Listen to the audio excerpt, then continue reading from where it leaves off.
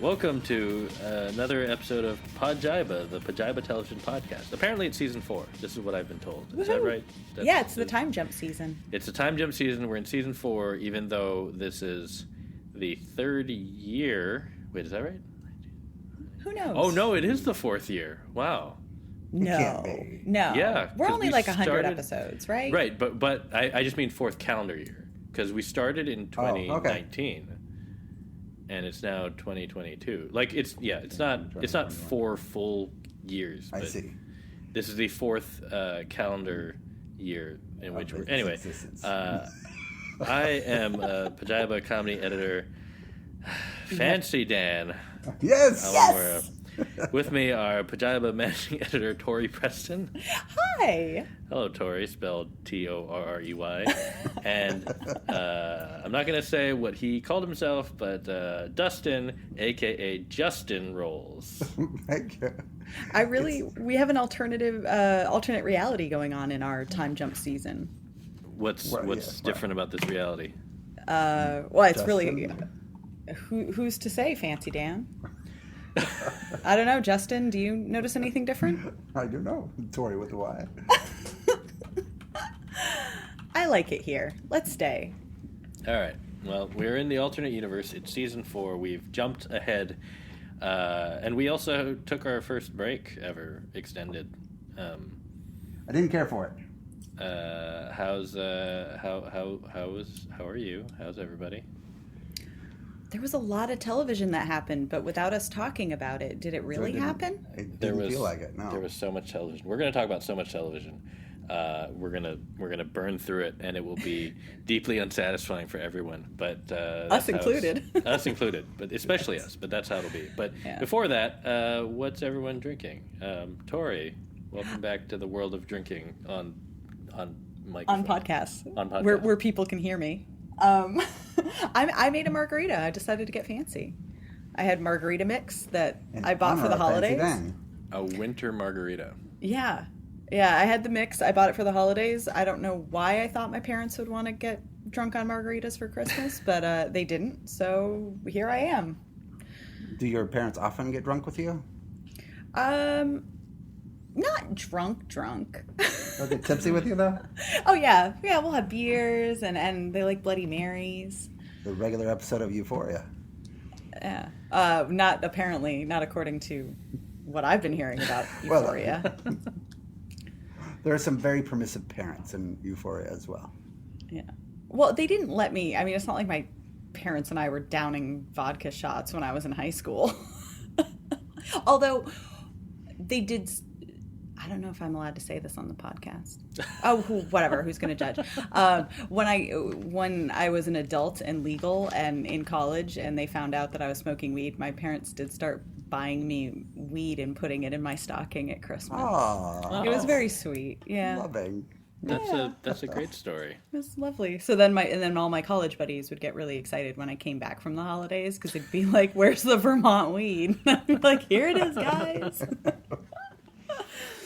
All of this done legally, of course. Completely above board. Yeah. Yeah. Dustin, weed was legal back then, wasn't it? As far as we Tori didn't say when that. Tori's very young. I'm very young. Yeah. Dustin, what about you? I'm drinking a special beer tonight. It's actually from Vermont, from a small Vermont brewery. It's called Arthur, and it is fancy as hell. It's got a good story, and I don't remember. It's small print, and my eyes don't work. But maybe Greensboro, Vermont. Is that right? Is that a city near you? I don't know. Green State Lager. No. It's Arthur. Arthur. I've never heard of it. It's a very tiny brewery. I think that my sister-in-law and brother-in-law frequent because they love their beer, and they bought me a whole case of it because when I went to their house for Thanksgiving, I fell in love with this particular beer, and they're like, "Oh, when do you get your case?" And they did, and it's delicious. What kind of beer is it, though? It's a Farmstead Ale. Oh, I love those. Hill Farmstead Brewery. Oh, no, you said Arthur. It's Hill Farmstead?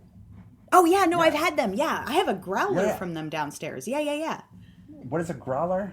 Oh, it's the giant jug. It's a jug of beer. Oh, You go and okay. they fill it from the tap. Okay. I just have like the giant. They're not growlers. They're not that big, but they're like big bottle, like wine Big bottles of bottles. beer. Yeah. Yeah, they're very And, good. Yes, it's amazing. Oh, now you got to live up to this, Fancy Dan. Oh, I have nothing nearly as fancy. I feel like I had some. Well, okay, so I reached into the magic whiskey cabinet, and there's a bottle of Glenlivet 12 illicit still, which I believe fancy. I got. I've had it on. I think I had it on maybe the holiday episodes, because it was opened. So I definitely had some. But you don't remember. But I don't remember when I had it. Obviously, I've had it before, but it's quite So good. you're recycling for the four season premiere. You're recycling old drinks. Great. I am. Look, it's what happens is sometimes you reach into the cabinet and you just get what you get. You know. It's like the TARDIS. Sometimes it just gives you what you need. Yeah, and it's pretty nice. So I'm not complaining. I have a question, Dan. Yes. When you're, out of town for, say, 3 weeks for reasons, does the magic liquor cabinet sort of just multiply in your absence? So it is fuller when you return? Oh, interesting question. This time it seems like it has stayed the same, but you never know what's going to end up in there. I believe there's some Foo Fighters sake, but that's not magic. I bought that myself. That I'm saving for a special occasion. So maybe episode 200. That seems like it's going to be a ways That's a long way away. Yeah. Episode 150. How about that? I like how you're saying that this isn't special enough. I know. Here's the secret about sake is that it probably needs to be chilled and has not been. So that's an issue. And look, yes. So we've been away for about a month. It's my fault. It was me. My bad, guys. I was away on assignment, and that's all we need to say about that. There's no. It's not tied to anything happening on March 9th, Wednesday, March 9th, or the successive 13 or so Wednesdays with some Wednesdays in between off. So, what premieres Wednesday, March 9th, Dustin, is the new season of Survivor. So that's exciting. We gotta wait till March. March 9th. Wednesday, March 9th is damn. premiere of Survivor and other shows. But, Yeah, I'm not going to be watching Survivor because I'll probably be watching Kung Fu on the CW. Yeah, well, that's I'm the watching other Survivor. show. Yeah.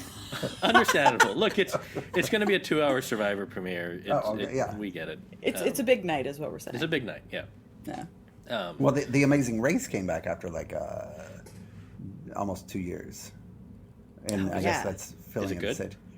It's fine. It's just kind of funny because after 3 episodes, they broke for the pandemic for a year and a half, and then they came back and some of the teams could not return because they were couples who I think did not make it.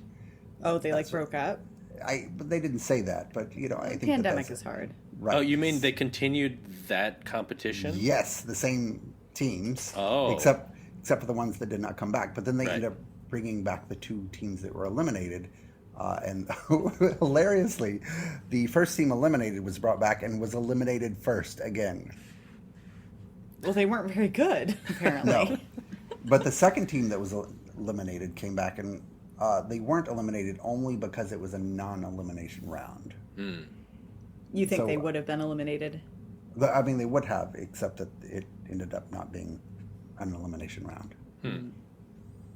Anyway, it's fine. They're doing chartered flights now, and it's kind of strange seeing people. Every once in a while you'll see them in mask, or other people in mask, which is a strange thing to see on a reality television show right now. Mm-hmm. But it's fine. It's always Amazing Race. It's good.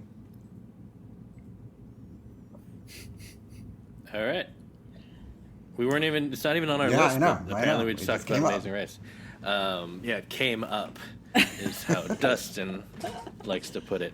All right, here we go. We've got at least 9 shows to talk about, and we're gonna burn through them. Some of them will be quicker than others. Some of them will just be, watch it or don't. Are we going to do them in order, or are we just going to kind of freeball it? We can jump around, but I'm going to start with Station 11 just because I feel like that'll be quick. So, Dustin watched Station 11. Yes. I watched it. Tori has not. No. Okay. Short version. It's great. It's very emotional. I cried like a baby. You should watch it, Tori. I don't like crying. Oh, well, that's okay. Neither do I. But sometimes it's good. It's a good cry. It's a good cry. I cry during Ted Lasso, and I feel like I'm not supposed to. So shows that I'm supposed to cry during. Oh no, Ted What if Lasso, they you're just, definitely supposed to get emotional. But I feel each week. That's the Bill Lawrence special. Yeah. You laugh for the first 2/3 and you cry in Act 3. Oh. So I'm just getting played. Yes. Mm-hmm. Okay. All right. So Station 11, is it also very intentionally trying to make you cry, or does it feel more, Only there and near the end. I think it's more just that it's very so it's set during, it's based on a book. It's set during and after a pandemic, which makes it difficult to watch now for obvious reasons. But it has a very optimistic spirit that is can be emotionally cathartic, I think, without being manipulative. It also came out right at the height of Omicron. Yeah. And this particular pandemic wiped out 99%. It was a flu that wiped out 99% of the population. Right. What, like The Stand? I guess so. Is that what happened in The Stand? I don't remember. Yeah. I mean, nobody remembers the CBS show, but yeah. Like the book. But it wasn't it was a lot more like Slings and Arrows, which is an amazing show. Mm-hmm. And The Leftovers a little bit. Yep. So it's not like a zombie apocalypse. It's just normal. Normal dead people. Right. And It's just the normal people that are left, and you see bits and pieces of kind of how they got to where they got to, and then you're following the traveling symphony, which is like a traveling Shakespeare troupe. So it's weirdly small scale. I mean, it's the visuals of it are epic, but you're mostly just following people, who live their life in a loop around in a small section of Michigan. So it's not even it's not like a global story or anything like that. Right, they're not going someplace. It's not like Yeah. Oh. And That seems lovely. It's good. It's very well done. It's the creator was on Leftovers, which is why Dustin loves it, and Mackenzie Davis is in it, which is why I love it. And, Wait, the creator was on Leftovers? Yeah, Patrick Somerville. He was in the Leftovers writing staff. Oh, that makes so much sense. Oh, wow. You didn't even know. No, I didn't. No. Yeah, because I've heard that people who watched both felt like The Leftovers. But it had a lot of that. in some ways. Yeah. I didn't like it as much. It took me a little bit to get into it. And that's partly because I had read the book so recently. Mm-hmm. And I didn't love the book, and the television show ended up being much, much better than the book. And I haven't read the book, but I've heard about some of the changes that they made, which are mind-boggling to me, that it's not in the book that way. Yeah, the book is kind of aimless, and there's a lot of obvious things it could have done that the television show did do.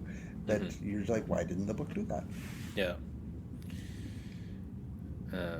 But the book is more like one of those lyrical prose things that you just appreciate the writing, and the television show decided to actually build out a plot. Mm-hmm. Makes sense. Yeah. Well, that actually feels like it has. That does feel like kind of the right kind of book, though. That then you could successfully adapt, because you can. There's stuff to add and fill in without feeling like you're going against the spirit of the book. Right, and it maintained the same characters, so just did different things with them. Right. And you're not going to end up in like a Game of Thrones thing where you run out of book and have to just wing it. Right. Also, it's a limited series, so you get the whole story.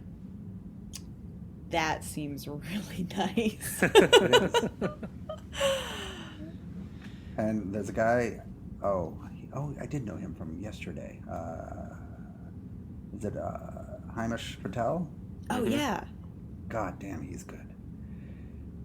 He's so great. Good. The actor who I'm blanking on his name, who played his brother, was great. Yes. And he's from Industry, which I haven't seen but mean to because I hear it's good. I watched Industry. I'd forgotten that I had, but yes. Kenzie Davis is great.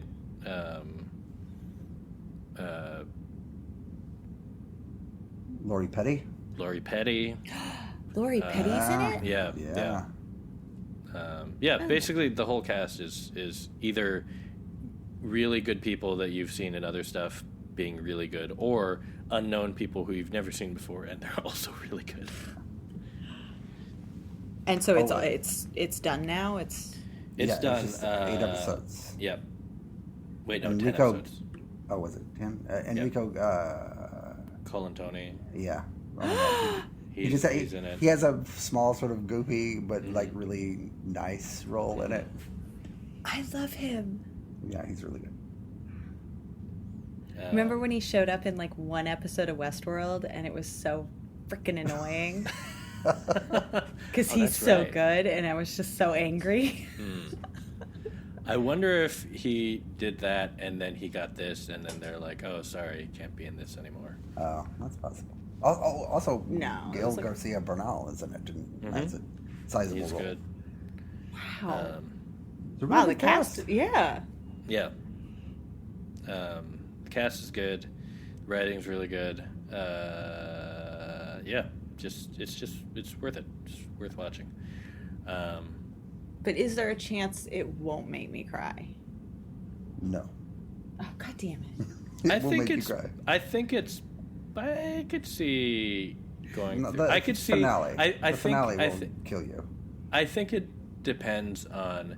There's one storyline that I feel like if it rubs you the wrong way, it'll kind of like it'll prevent you from having the level of catharsis that everyone has. But I think it's really well done.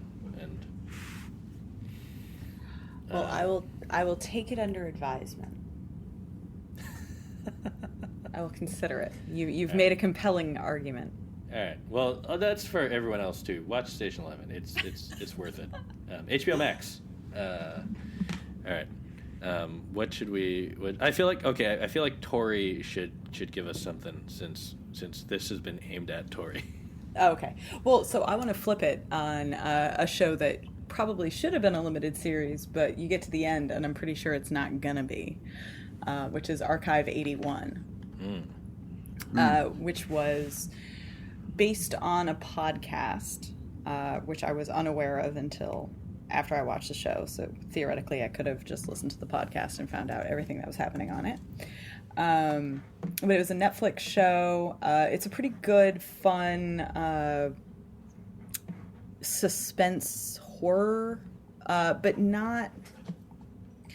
It's not as gruesome. It's more kind of atmospheric, high concept kind of thing. So there's a guy who's an archival specialist. All right, I'm going to warn you. My cat's coming in hot.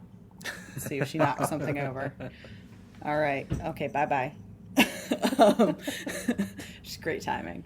And he's brought in by this mysterious guy who sends him to a compound upstate that's completely cut off from, like, no cell reception, no internet, no anything, nobody else there. And he has to try and salvage these heat-damaged, like, video cassette tapes from, like, a camcorder from the 90s. They had been, like, damaged in this apartment fire. And so as he's fixing them, he starts watching them and learning about the woman who kind of composed these video journals. She was interviewing people who lived at this apartment building, and so he gets invested in her life and what was happening in the building, and kind of what's leading up to the fire. And you find out that there's like a whole conspiracy. There's like a cult. They're trying to open a portal to another dimension. But along the way, he and this woman start having visions of each other, and they're essentially interacting through time. So he starts wondering if he can change the past, if he can if he can warn her of what's coming or whatever. And so he gets more kind of invested in trying to save her, and then finds out that there are other reasons why he was brought in on this other than his skill. He's got family connections to the past. His own family died in a fire. Maybe it's all connected. It's really, really interesting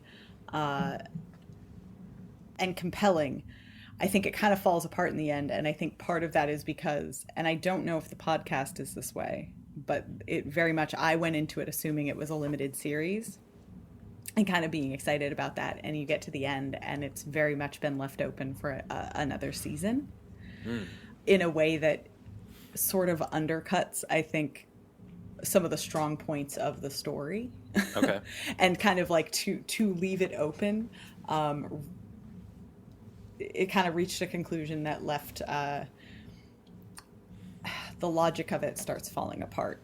And I realize it's a show about like other dimensions and cults, so like the logic was going to be pretty Swiss cheesy anyway. But it gets progressively so when but that said, I would be curious. I would definitely watch another season, and I think that the journey up to that point, it was just, I don't know, I know Dustin watched it. I found it entertaining for what it is. It was a nice binge. I agree with that. No. I just thought that the mystery was too good that there was no way to resolve it really. I mean, they did a fine job. I mean, it kind of fell apart, but yeah, I don't think it was possible to provide a good explanation for what was going on. No.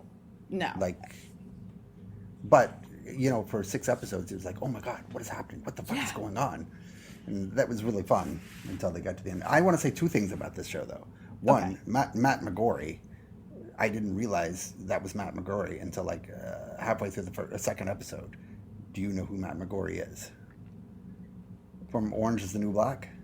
Oh, no. He was a prison guard. Do you know who he is on the show? You know who I'm talking about? I don't. I mean, I know on the show he's the friend. Yeah. Did you see Orange is the New Black? No. Oh, okay. Never mind. You wouldn't know. Although he was a big guy on Twitter for a while, he's like I don't know, very much ahead of the time, sort of this performative feminism, or whatever. We won't get into that. He was like very charming for a while, and then you're like, dude, okay, we get it. You're a feminist. Stop it. He's that guy. Anyway, he looks completely different, and it took me a while to recognize him. And the other thing is that Martin Donovan is like the bad guy, and I mentioned him only because I was like, where did I see him? And I'd seen him just the week before because he's also in Ozark Season 4, which was what you expect from Ozark Season 4, which is fine. Yeah, I was obsessed with Matt McGorry's character because... and this is one of those things where, like, part of why I like the atmosphere of the show is that it starts out very, like, kind of New York. I think the main character is an archivist, like, working for the Museum of, was it Motion Arts or something like that?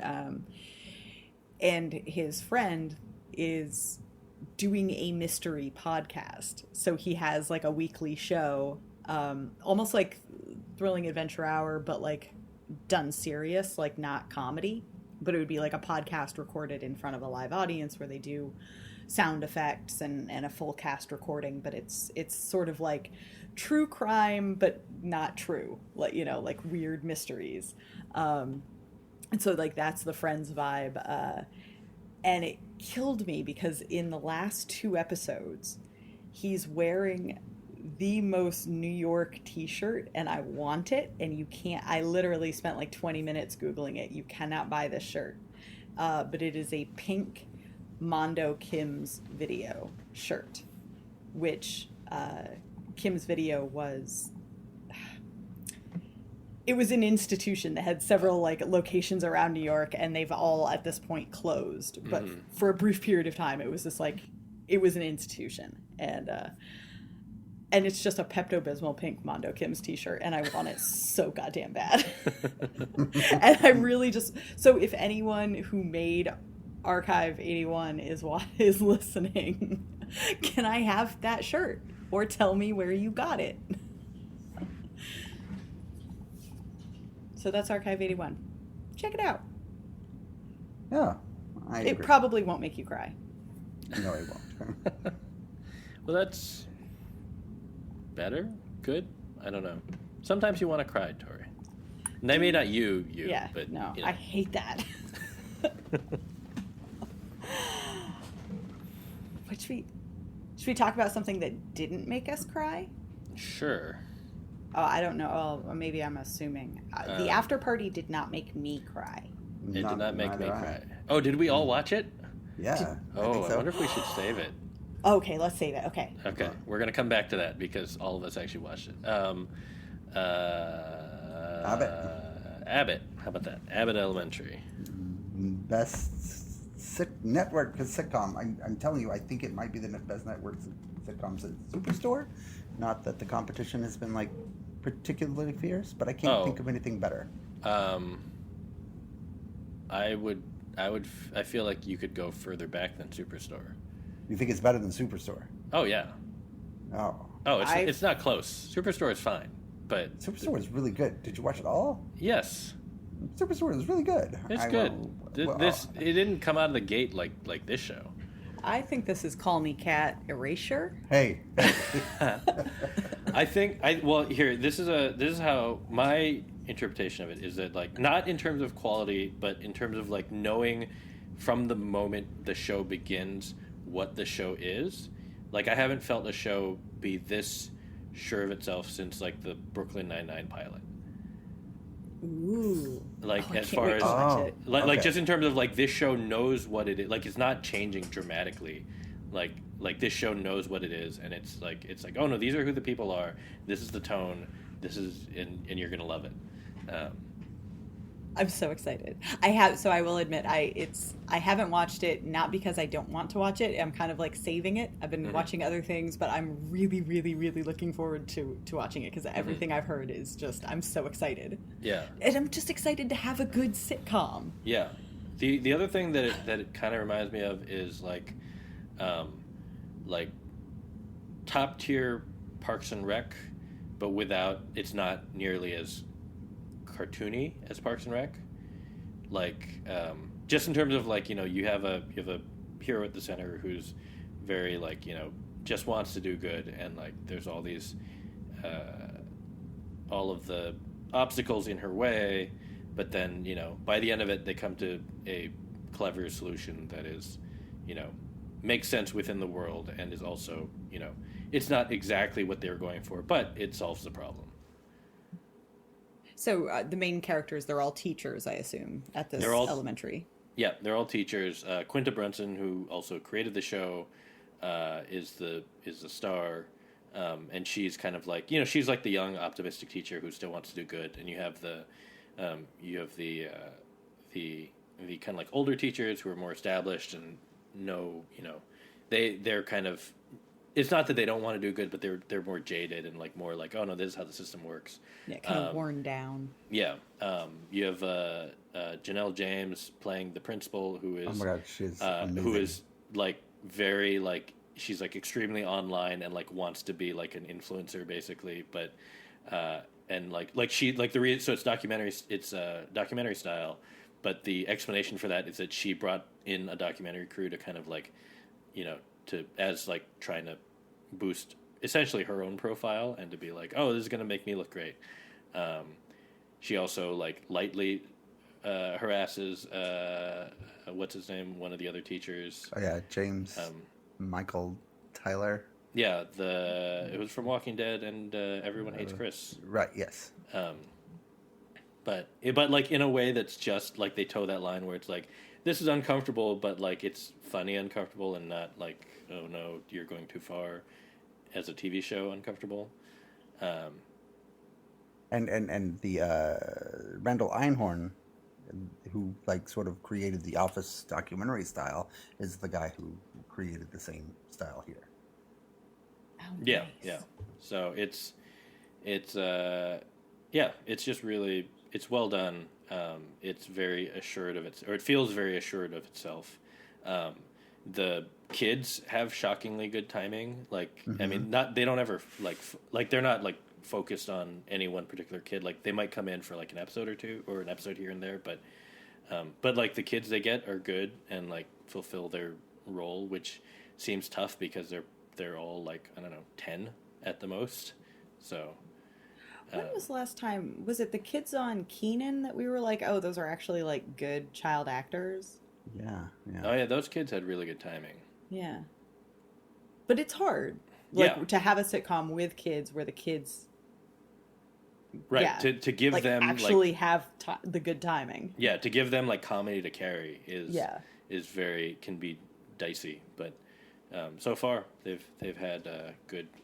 There was one episode where there's a kid who is acting out, and so that kid is basically like the antagonist for the episode, and she's great.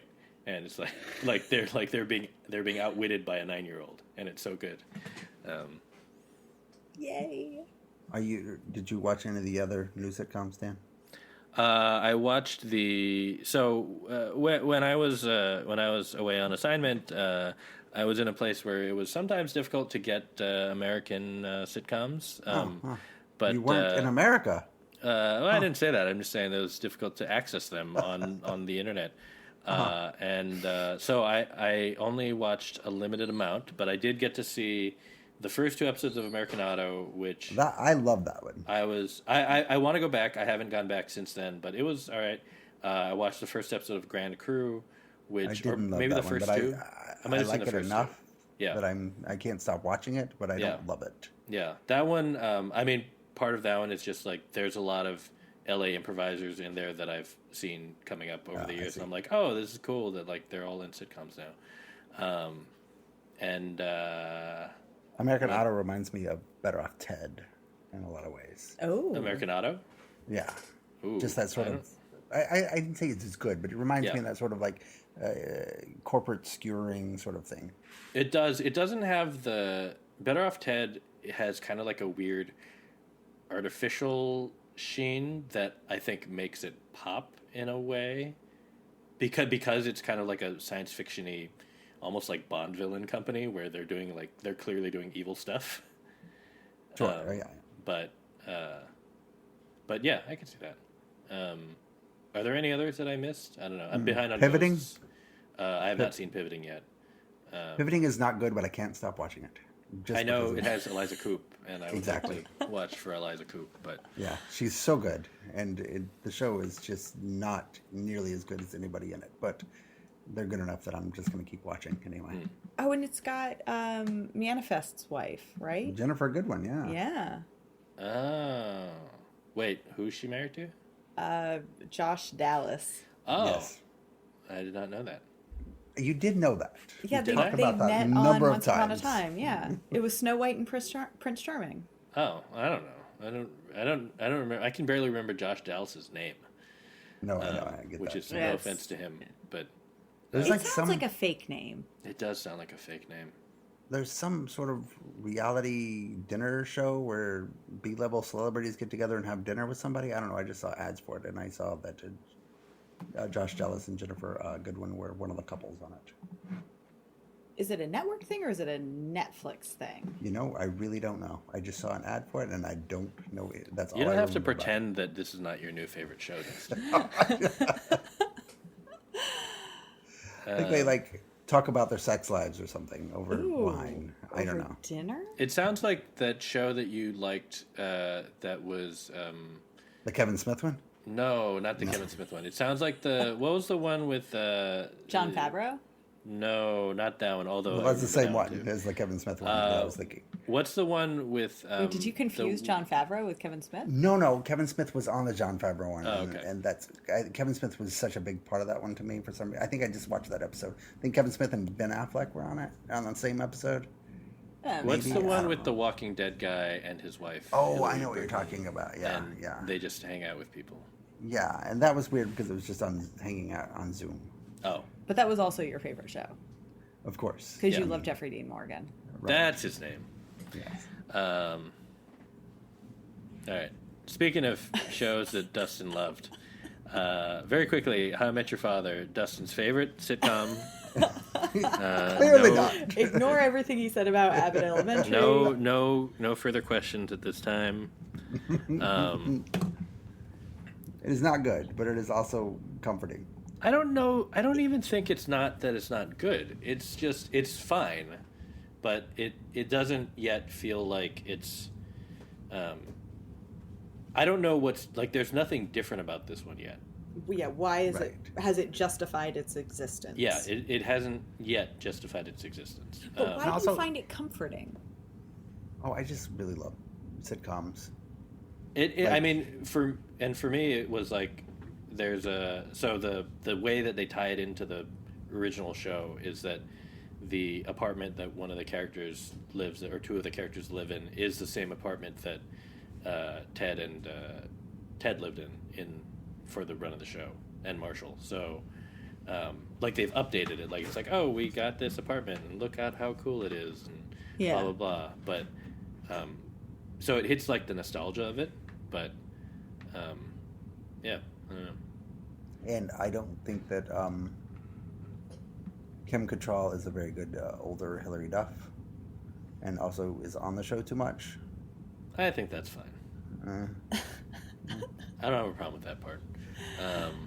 I think for me, and I think I mentioned this before we started recording, but the original cast was such like this kind of show. It's such a lightning in a bottle kind of thing where you need the cast to gel and for them to all like pop in ways that that can carry it. And I don't think this cast has that yet. Maybe they will, but the original, it felt like it between either people you knew like Neil Patrick Harris or Allison Hannigan, or I guess people knew Jason Segel if they had watched Freaks and Geeks. Freaks and Geeks, yeah. But no, like everyone popped in that cast, and this one, it's not there yet, other than Chris Lowell, but people know Chris Lowell, so. Why do we know him? Piz. Yeah. He's Piz. Tori has no idea who Piz is, do you? Where would God he... What? Okay, how about no, I mean, Glow? I might He know. was in Glow. Oh. He was the rich guy who gave them money in Glow. Oh, okay. He was He was also in Private Enlisted. Practice. Oh yeah, he was in Enlisted. He was in Private Practice. Oh, I didn't know. He's married to, or maybe just partnered with, Carrie Bechet. He is? Yeah, they've been together I for a didn't long know time. that. Yeah. Wow. Okay, but who's Piz? Veronica Mars. Oh. Okay. But not He was the other guy. Enrico Colantoni. No. He was the He's not her dad, and not the guy that he was like the best friendy kind of guy, right? well, they right? sort of dated. He was sort of the guy she dated when she wasn't dating. Logan. Right. I'm kind of forgetting most of what happened in Veronica Mars. I only cared about the dad. His was the nice guy on Veronica Mars that nobody liked because he was the nice guy. Yeah. Oh. Which made me like him more. Anyway, How I Met Your Father, Dustin's favorite sitcom. It's on Hulu. I don't know. It maybe it'll grow on you. I'm gonna keep watching it. It's in that category for me, like the other sitcoms for Dustin. But also, like, why you put it on Hulu? You should, be a little more edgy. It's still. I think they swore once. Did they? It still feels so. very CBS-y. But also, is that partly why maybe it hasn't it hasn't got the traction, and it doesn't feel like it's as big a deal because like it's only on Hulu. It's not a network show? No, but isn't that where we all watch sitcoms on anyway, on Hulu? Well, now, but when it's on, there was something about even if we watch it because it ends up on Hulu, there's something about the marketing push that a network gives, at least when they were really trying to build like programming blocks. Right. Yeah. That made the sitcoms feel like more of an event. And like, I guess, maybe is that why they don't have a Neil Patrick Harris caliber cast member? Like, is it because it's only a Hulu show? Oh, I don't know about that. Hilary Duff is the lead, so she's a name that people know at least. I think cast-wise, to their credit, they've tried to diversify. So like there's an Indian American in the lead or in the main group. There's Tien Tran, who's I think she's Vietnamese American. And a lesbian in the show. Yep.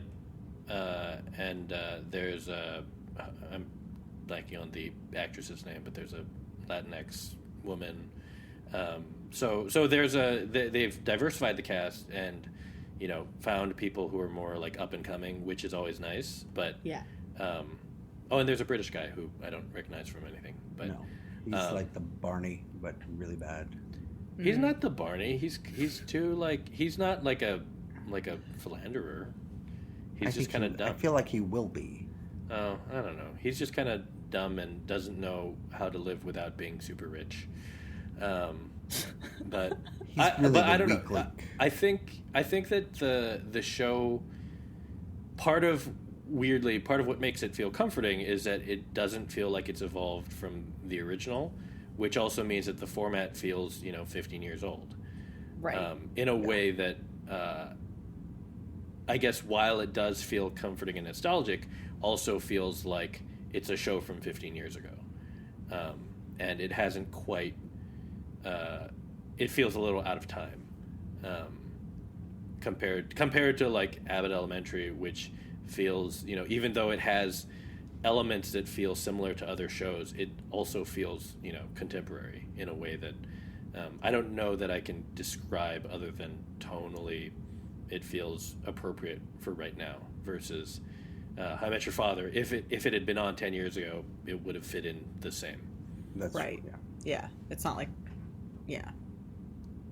So, I don't know, but that's all right. They're still like most shows are still finding it in that first season, especially if you're a comedy.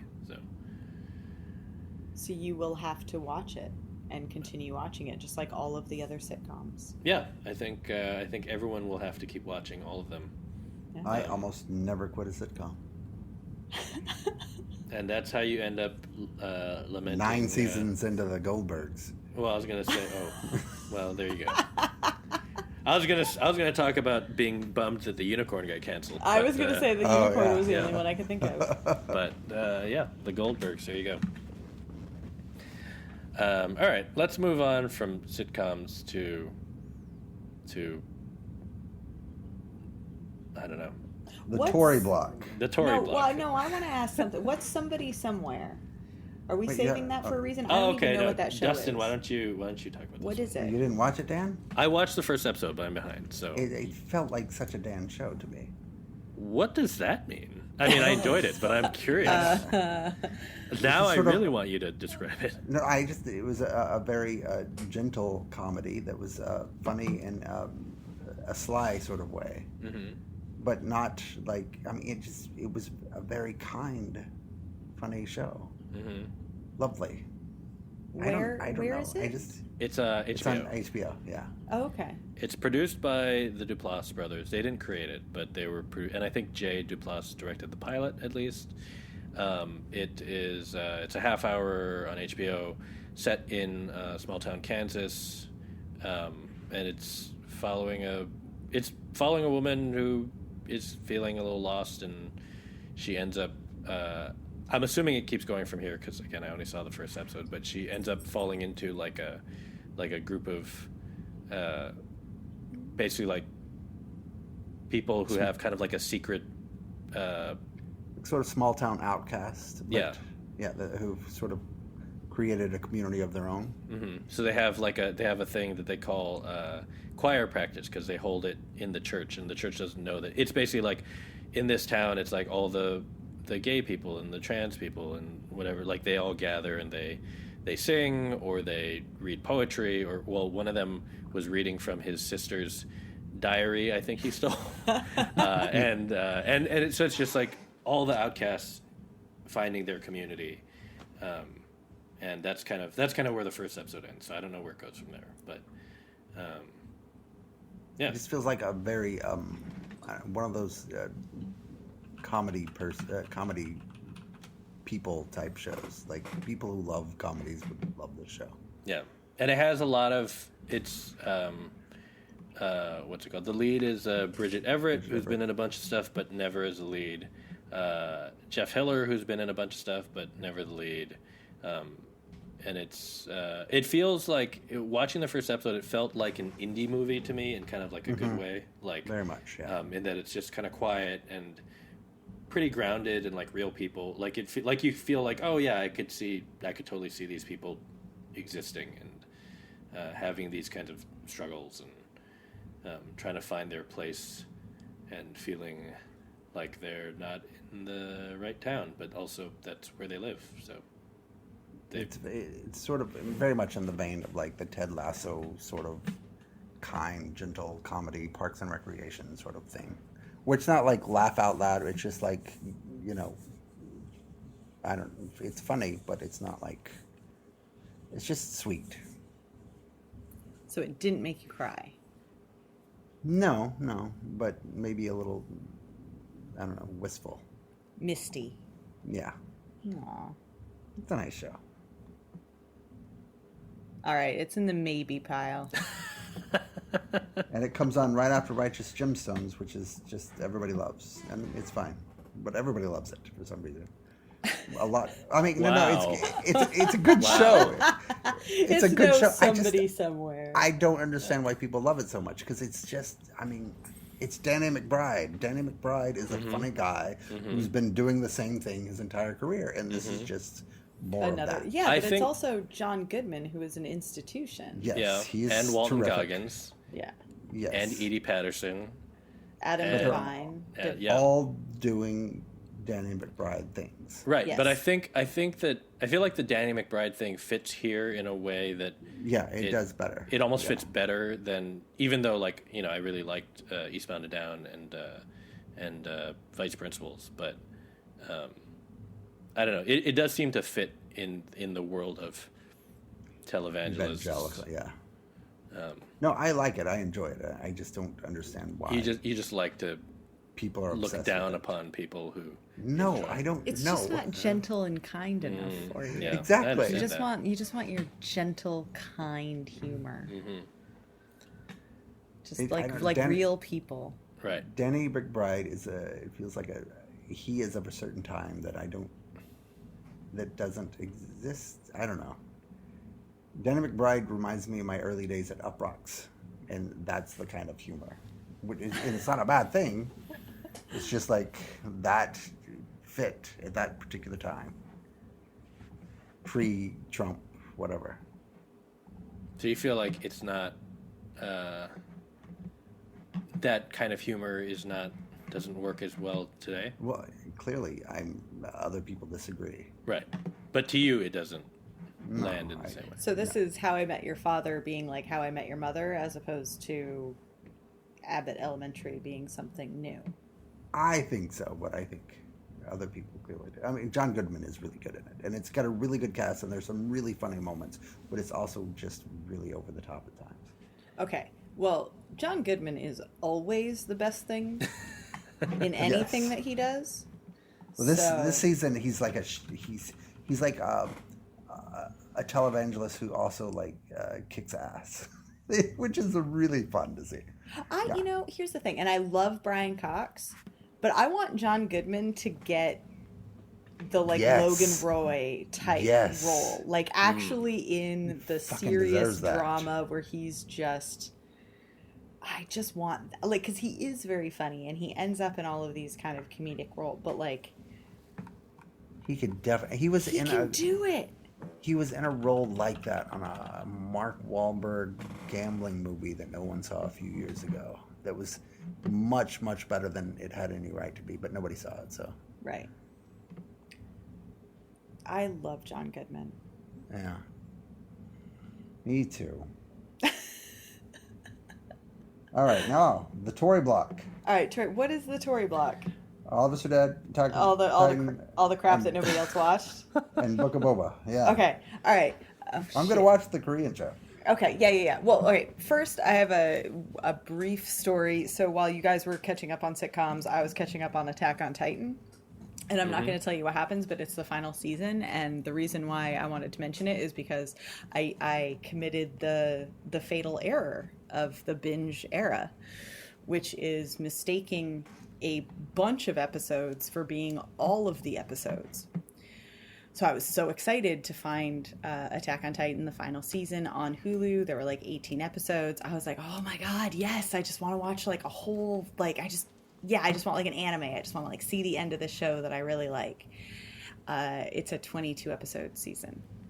I didn't realize that they were adding, and it's not because Hulu does the thing where they get the subtitled episodes first, and then later when like Cartoon Network or whoever airs it dubbed, they'll add those episodes as they air.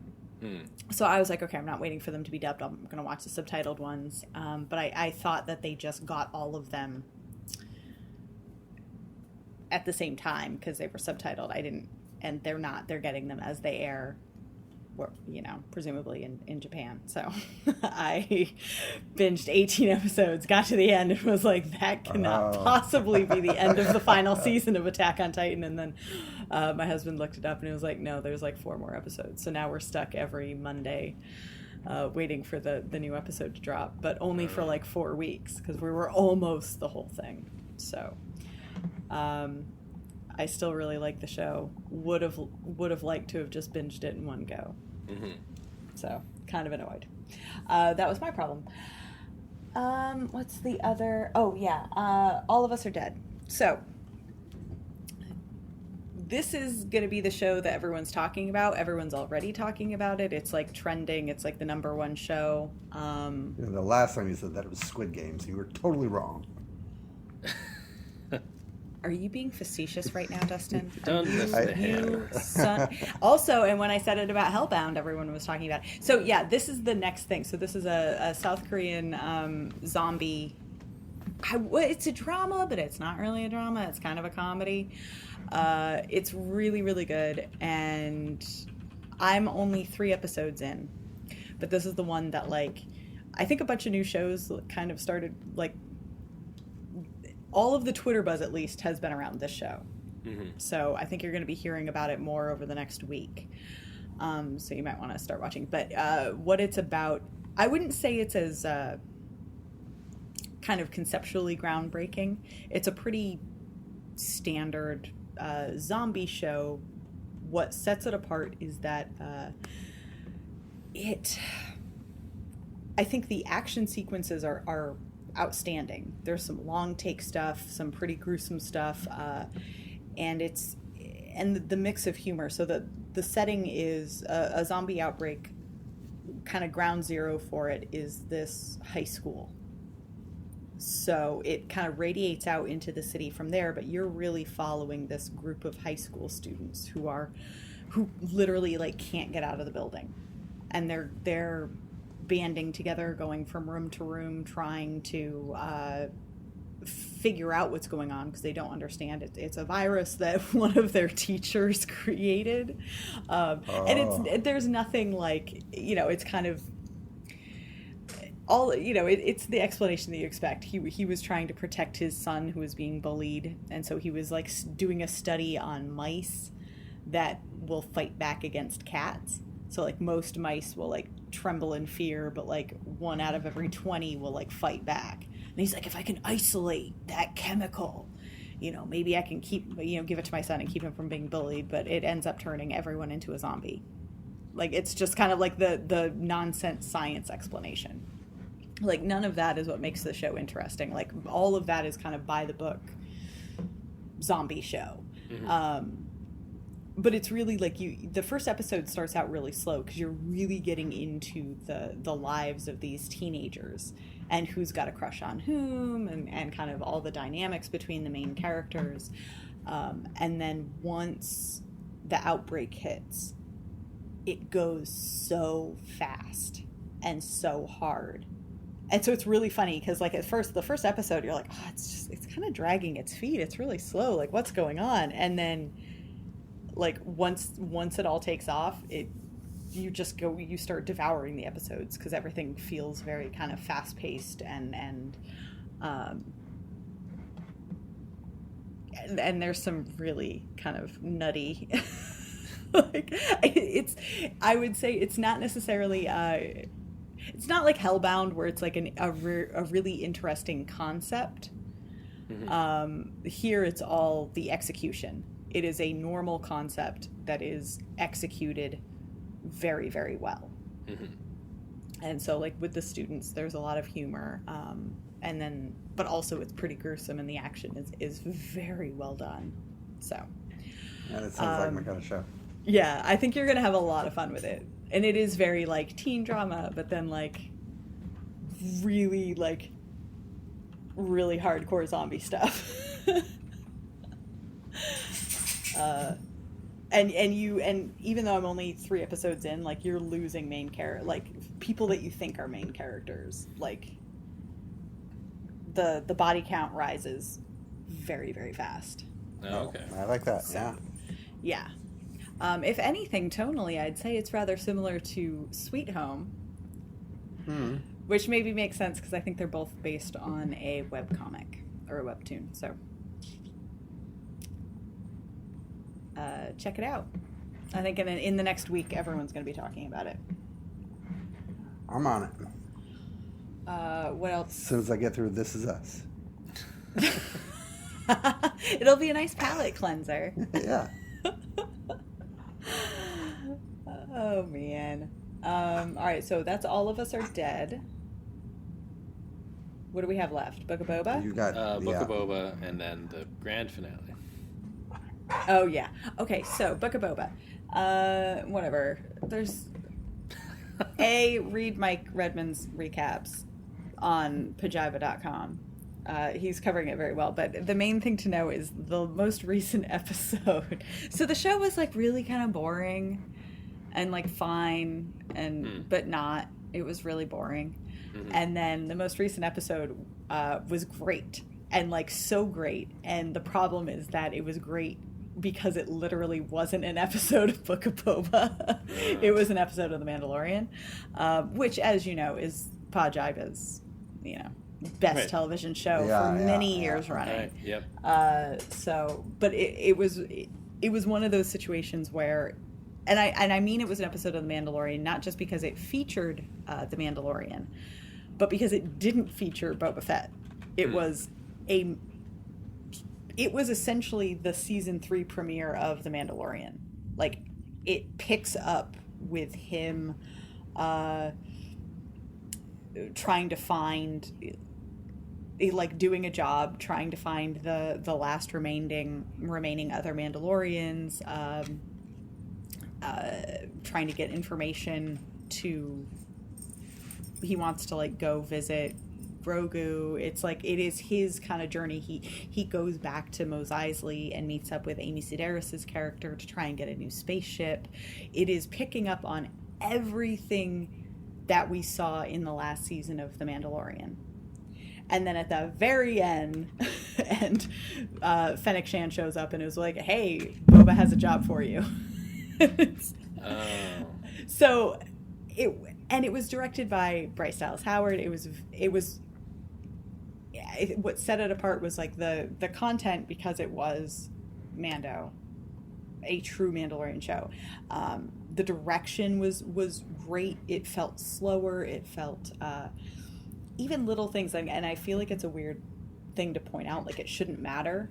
But she had a way of framing a lot of the scenes, focusing on the little, you know how they would always have the little like Muppet critters, like the varmints that run through the scenes or whatever, the puppets. There were everything. There was one in every scene, it felt like. Even if it was just like a weird turkey vulture thing, like cawing in the morning, like it felt alive in a way that it kind of made all of the previous episodes. The problem with it wasn't just that it was a good episode. It would have been one of the better episodes of The Mandalorian. Mm-hmm. But having it in the middle of the Book of Boba Fett just really made you realize how lackluster the show had been. So it's like the premiere, the third season premiere of The Mandalorian, but then after that episode, it goes back to being Boba Fett. Well, that's what we're waiting to see. Like, theoretically, this week, it's going to be Mando going and providing muscle for Boba Fett as he continues with his, like, I'm going to take out the Pikes or whatever criminal group he's trying to eliminate from Tatooine. So, yeah, I mean, I think that's where it's going to be.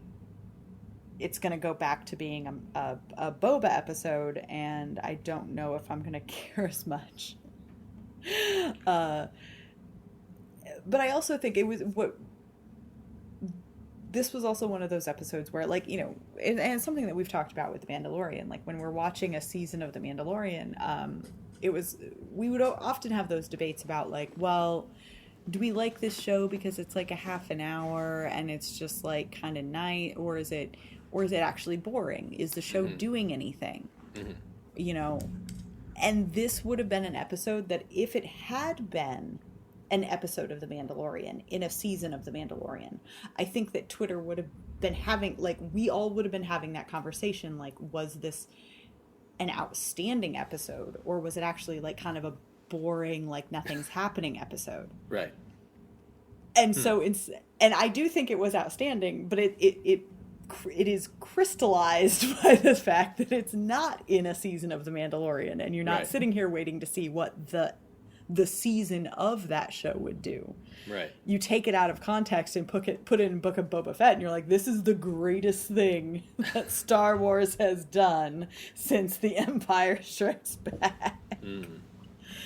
So do we think that Boba Fett overall is sort of like the first big failure for the Disney Star Wars Marvel TV show? I think it will be the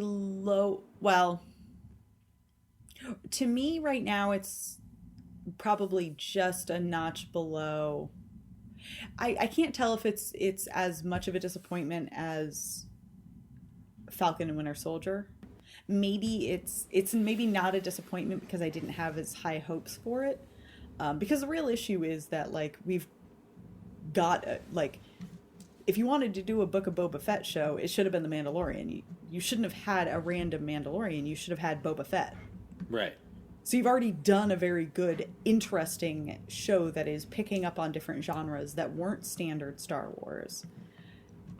And, like, that could have, the character of The Mandalorian could have been Boba Fett the whole time. Right. And so you've now resurrected him, and you're spinning him off, and it's like, is there fresh material that we care about to be told? Where I'm curious is, like, having, you know, does the introduction of Mando, is this going to build to a conclusion in Book of Boba Fett that is interesting? You know, have we just been kind of, is the backstory, has it, the first part of the season, was it a bit of a slog, but this indicates that, like, the climax that the season is building to may be more interesting.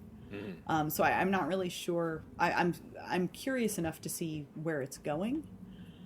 But for sure, it's not. It's one of the lower tier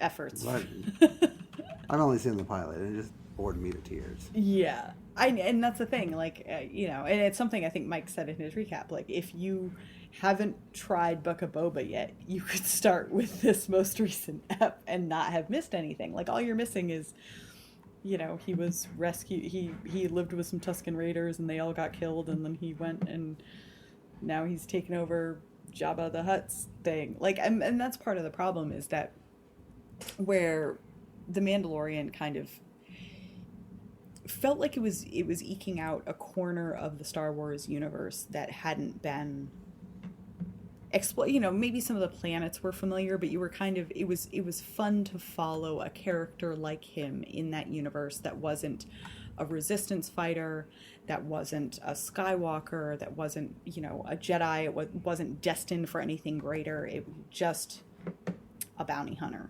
Right. With this kid. Like, it felt like you were getting to see the galaxy far, far away through different eyes. And there was potential there. And what they've done with Boba Fett is, like, so now that the idea of just, like, bounty hunter, you know, kind of lone wolf and cubbing his way through the galaxy, like, that's been taken.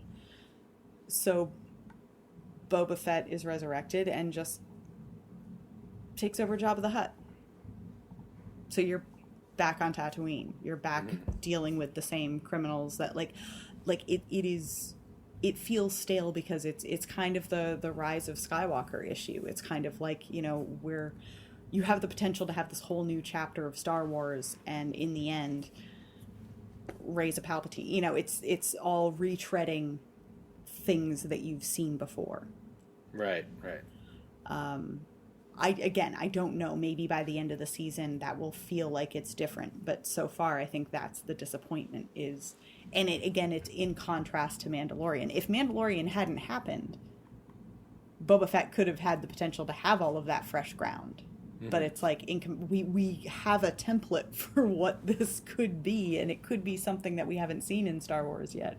And this ain't it. It's literally like, yeah, no, we'll just move him into Jabba's house.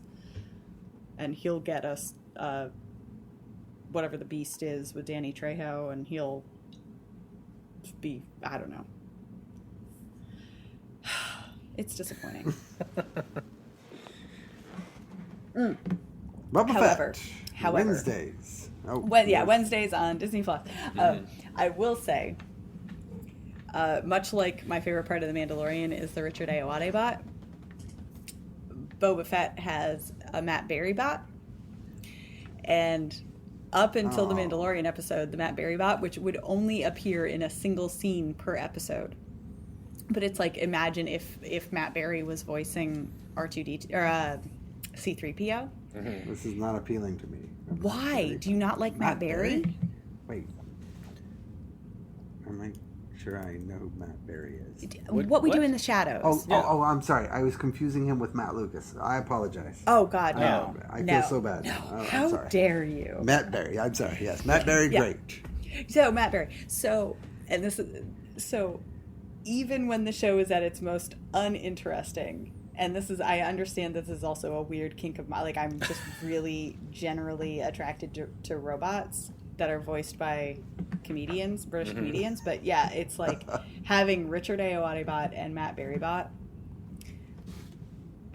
It's kind of like sex, which is great because Star Wars is Disney and it'll never show real sex. But it's the hottest thing. And will these two bots ever get together? No, and I think Richard Ayoade bot died, but that's the whole thing about robots is there could be another one out there. True. Always.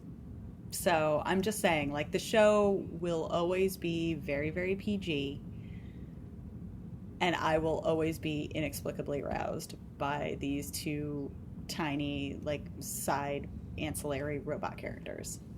And I just want Disney to know that. Not that I think they're listening. No. Well, you never know. So Yeah, you just got to put out there in the universe, you know. Yeah. Speaking of shows that were just sort of put out in the universe, That makes sense, right? Yeah, totally. Look, we got haven't our done this in a awkward while. transitions back. No, we're never Rusty. It's fine. It's a new season. The one show that we all watched, the Afterparty, the new limited series on Apple TV Plus. It is the first 3 episodes were released. It is an 8-episode limited series set around a murder mystery that takes place after tragedy befalls an after-party following a 15-year high school reunion. And it basically has every comedic actor that you've loved in something, and when they were not the lead, but they stole the scene. I love this show. It's Tiffany Haddish, Sam Richardson, Ike Barinholtz, Ben Schwartz, Ilana Glazer, Dave Franco, Zoe Chow, Tia Sircar, Kelvin Yu, Jamie Demetrio in so far a tiny role, but he's so funny. John Early's in it. It's great. It's created by Christopher Miller of Lord and Miller. I'm curious why it's just him and not both of them, but anyway. I thought Phil Lord was producing. He's a producer, but he's not as I guess he wasn't, for whatever reason, he wasn't as involved. Yeah, because Christopher Miller directed it, I think. Yeah. But it's the mystery part of it is kind of really just an excuse to gather all these people. I mean, I don't know about you guys, but I don't care about the mystery. I'm just enjoying all the people. I mostly felt that way, but I've watched 6 episodes now, and I'm really invested in the mystery now. Oh, look who's got screeners. Yeah. Oh, mainstream media. Look at you, courting Apple. Mm-hmm. Oh, yeah. And Jamie Demetrio has an episode, and it is outstanding. Not as good as the Ben Schwartz episode, which is the 3rd episode, which may be the best episode of comedy television over a long time. Okay, so quick aside, I told Dustin this already, but I'm saying this for everyone listening because you can get on Twitter and harass him about this. So, Ben Schwartz's character, Jasper, is literally human adult Dewey Duck. And if you like Jasper, which Dustin claims to, and liked his episode, then maybe Dustin would like DuckTales, and this is maybe the gateway to getting Dustin to watch DuckTales. But he's also the voice of Sonic the Hedgehog. Is it the same as that? I wouldn't know. Mm-hmm. I don't think so. Not quite the same. Because Dewey Duck is very much the entertainer, desperate to please, wants the attention, randomly breaks into song, is overperforming. So if you liked Jasper's episode, that is what any Dewey centric episode of DuckTales is like. Okay, good to know. The Jasper episode was pretty amazing. Oh my god, songs. They cram in 3 songs. So one thing that this show has done and I'm assuming it continues, but in kind of a nice way, is they frame it so that it's Tiffany Haddish is kind of like the lead detective investigating this murder, and as she interviews everybody, then they're telling what happened that night from their point of view, and their point of view all comes across in basically a different movie genre almost. Yeah. So Sam Richardson's is like a rom-com or romantic dramedy kind of thing. Ike Barinholtz is kind of like a Fast and the Furious action. Fast and Furious, action movie. And Ben Schwartz's is a musical. Yeah. And so I don't know. I don't get fancy screeners like Dustin does, but So it's a nice way to kind of play with the lens of in what in a straightforward murder mystery would be different points of view and who saw what and who's lying and who's telling the truth, but just having it filtered through this is how they see the world is a fun way to kind of mine comedy from the setup. Because you're essentially taking it's Knives Out but as a series, right? So you have, instead of Daniel Craig with a southern accent, you have Tiffany Haddish, and she's interviewing each of the witnesses, each of the people who are at the party individually. Right. And so, yeah, they give their POV, and then she's having to weed through that. Right. To try, because you start realizing, like, what parts are trying to suss out what parts are real and what parts are their sort of their interpretation of events. Right. And there's a cute moment where it's like in the first episode, which the rom-com is it.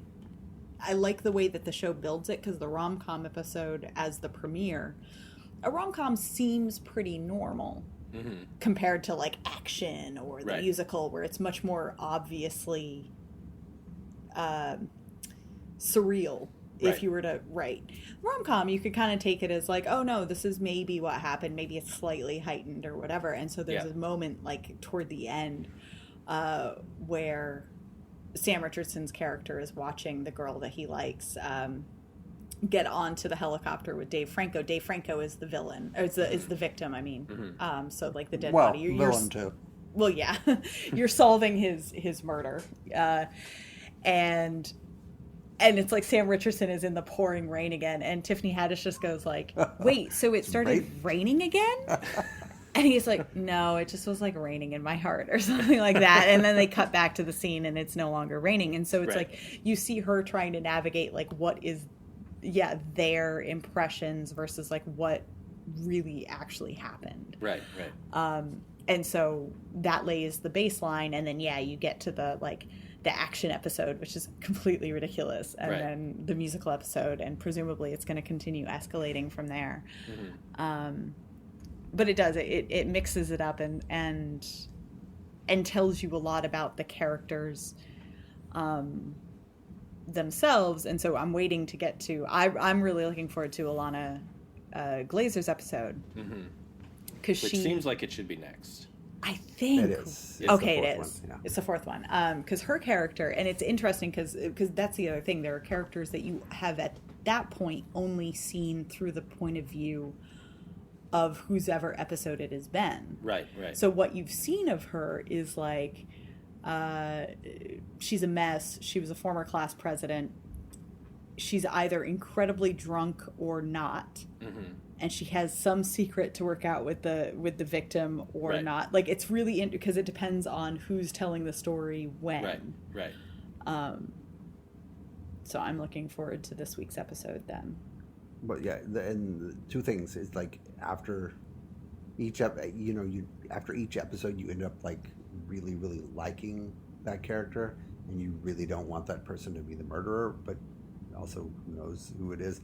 But I think the other thing is it's a Christopher Miller show, so I think there's a lot of Easter eggy type clues being seeded that we don't realize yet that are going to come up in the end. It's going to be like, I think it's going to be like something really cool that he's going to be able to piece together. That I'm trying. I want to go back and start rewatching, because they didn't give the finale. So I want to see all of that and see if I can figure it out. So I'm hoping, but I'm curious. Part of me thinks it's going to be Zoe, the love interest. I have no idea. Because it's the other thing. Every episode casts doubt on a different character. Never the one. It's like eliminating the point of view character. Right. But again, because you're always dealing in genres, there's always the possibility that this isn't real reality. It's all heightened. So you also have that idea of it's baked in that every single one of these people is an unreliable narrator. So, if you can't trust that, clearly Ben Schwartz's character wasn't actually singing, so how can you take anything else he says seriously? It's an interesting dynamic to play with, because you want to believe these characters. Right. But having seen everything through the way they say it, you know that fundamentally there's a bit of lying going on.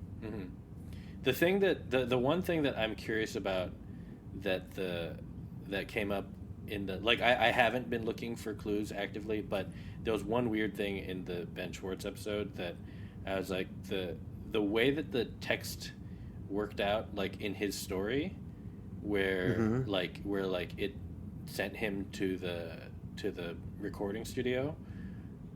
It felt so out of place compared to everything else that had been happening between him and Xavier, which is Dave Franco's character, in a way that I was like, this is some, and they showed it. He shows it to Tiffany Haddish, to her detective, and says like, "Oh, look," and you see the screen. You see that he's telling the truth about like that the interaction. Text. Yeah, because she takes it as like a proof of the timing. Like, well, we know he was alive at that time. Right, but that was so specific that I was like, I bet this is not. Like, it's true that he believes that was him, but I don't think it was him. I think it was someone else doing it for whatever reason. I don't know. But, yeah. I think you're right, Dan. That's the only thing that I feel like was a clue so far. Oh man, I also wonder, like, what if none of them? What if he just fell? No, that's going to be disappointing.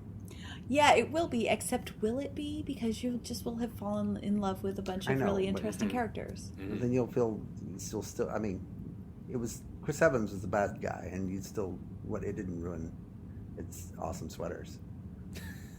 Yeah, I know. I'm not okay, fine. The other thing I wanted to say, so part of the promotional tour, like, whatever, like actors go and do interviews and whatever.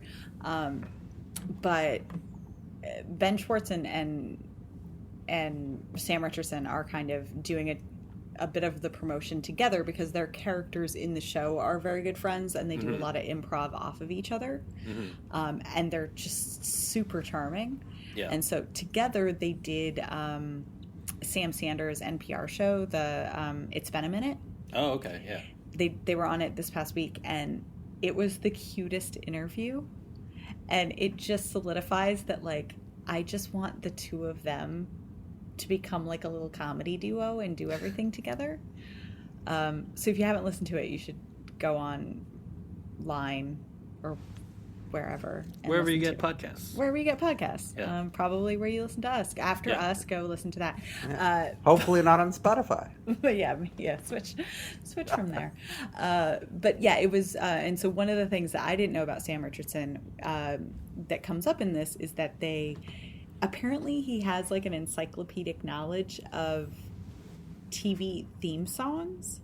And because they just start naming really obscure shows, and he just starts singing the theme song. And I'm not saying any of us would be as talented as him, but maybe if we ever decide to revive the Pajiba end of show game, maybe we need to try singing some theme songs, or just making Dustin sing. I mean, we did do that once. Yeah. But like more theme songs. More theme songs. Yeah. Well, I mean, we played a game over the holidays, so that's true. The game will be back again. Yeah. There was this. I don't remember the name of the comedy, but it starred Dakota Johnson and Nat Faxon, and it has the best theme song that I've ever. Ben and Kate. It was called Ben and Kate. It was one season on Fox. I don't remember the theme song, but I remember the show. It's so good. It was good. I liked it too, yeah, but not as much as the theme song. Oh, you were just saying the theme song was so good. Yeah. The theme song was magic. All right. This is more like the Thundercats theme song, but okay. Ben and Kate, fine. Yes. Did Love Monkey have a theme song? Oh God. It did have a theme song, but it was a real song by Teddy Geiger, who was also in the show as like the young musician that he's trying to sign. Oh. And I don't remember the song. Geiger. That sounds familiar.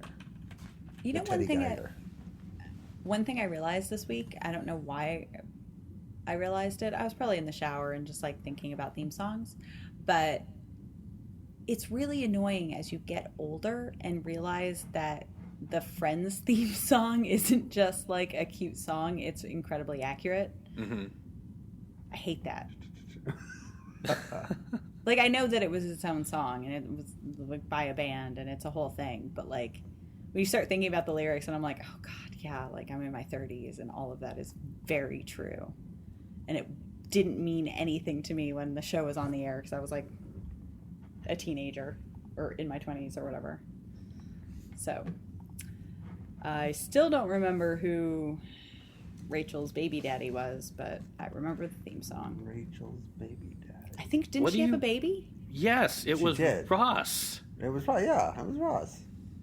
Don't act like you know, Dustin. You were just as confused. I do. I was thinking know. Oh my God. It was either Ross or Gunther. I didn't remember. Oh, how dare you, Dustin? And too soon, also. Anyway. Well, that seems like as good a place as any to end. We did it!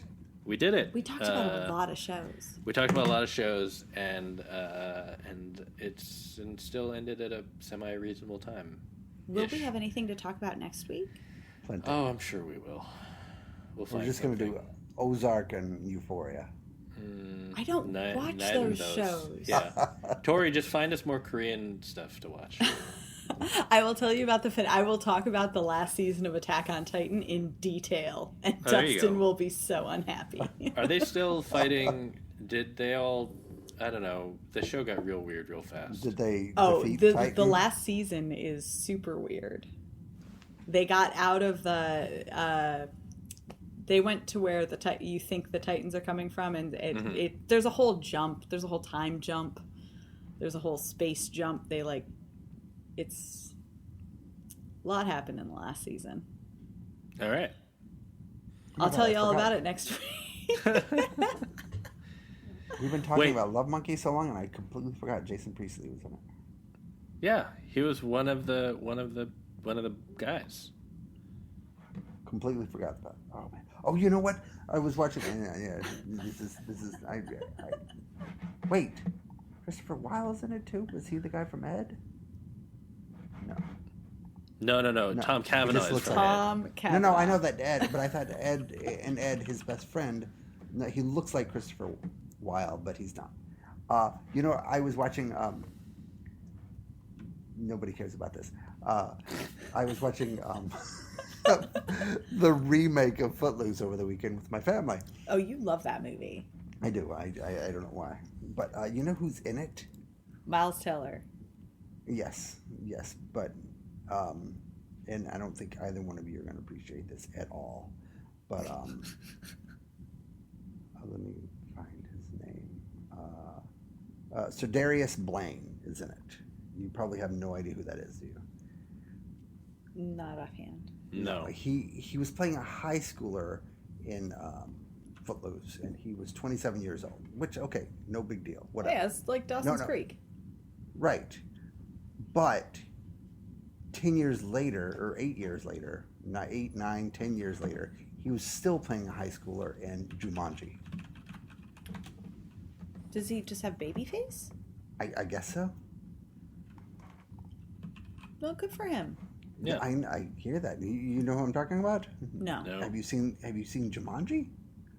Like the Robin Williams one or the new one? No, the new ones. No. Oh my God! You haven't seen the new Jumanjis? They're so good. Maybe I did. I think I maybe saw the first one. They're so good. I mean, it was. Dustin, I like Karen Gillan. This is a movie. It is not a movie podcast. It's a television podcast. Yeah, television podcast. We've done this is now episode 121, and you apparently still cannot fathom the concept of the show. The one thing we do is we talk about TV. TV. All right, TV next week. Nothing but TV. Yeah. Yeah, we'll see. Jumanji. We'll see how that goes. You're gonna pitch a Jumanji show? All right. Well, that's the show. We're so glad to be back, or at least I am. I think Dustin and Tori are also ecstatic. And I won't admit it because I don't want you speaking for me. But well, that's fair. Yeah. Tori, remember Tori? That's Tori with an EY. And 2 R's. And 2 R's. And Dustin is spelled with a J, as in Justin. And no one else has any other nicknames, and so that's it. Sure thing, Fancy Dan. No nicknames. It's not sticking. Have so a good night. Fancy. Good night. Good night, everybody. Good night. So fancy.